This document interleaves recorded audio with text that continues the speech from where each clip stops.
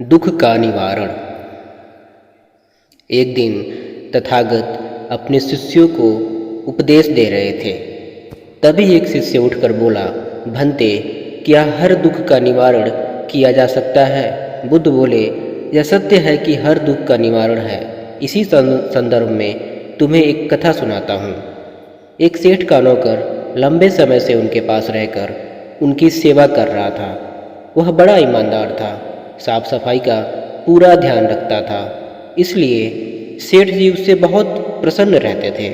एक दिन शाम को जब सेठ जी घर आए तो देखा कि उनकी पुरानी दीवार घड़ी टूटी पड़ी है। उन्होंने नौकर को बुलाकर पूछा, यह घड़ी कैसे टूट गई? नौकर ने कहा, मालिक, मैं सफाई कर रहा था कि घड़ी हाथ से छूट गई और टूट गई। गलती मेरी है, आप मुझे क्षमा करें। सेठ तेज आवाज में बोले, क्षमा मांगने से क्या होता है? घड़ी बरसों से मेरे कमरे में लगी थी, कमरे की शोभा थी, और तुम्हें पता ही है यह मुझे कितनी प्रिय थी। डांटने के अलावा सेठ जी और कर भी क्या सकते थे? बहुत भरोसे का नौकर जो था। रात को सेठ जी को नींद नहीं आ रही थी। बार बार घड़ी टूटने की बात मन में उठ जाती थी। अचानक उनकी निगाह नौकर पर गई। वह खर्राटे ले रहा था। उससे सेठ को और भी दुख हुआ। मालिक के नुकसान का उसे जरा भी ख्याल नहीं था।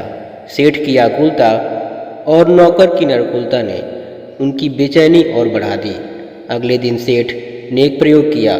नौकर ने दिन भर काम किया। शाम को सेठ ने उसे बड़े प्यार से बुलाया और कहा, देखो, कल नुकसान हो गया, इससे मेरा मन खिन्न हो गया था, इसी से मैंने तुम्हें डांट दिया, पर यह तो कल की बात थी। आज मेरा मन प्रसन्न है। तुम मेरे साथ इतने दिनों से हो, इतना अच्छा काम करते हो।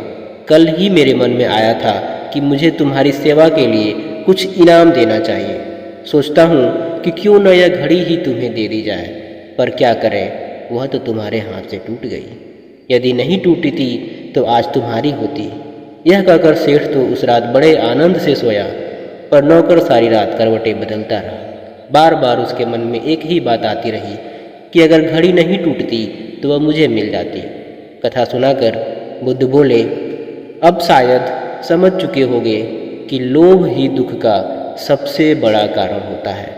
इसे त्याग कर ही हर दुख से मुक्ति पाई जा सकती है।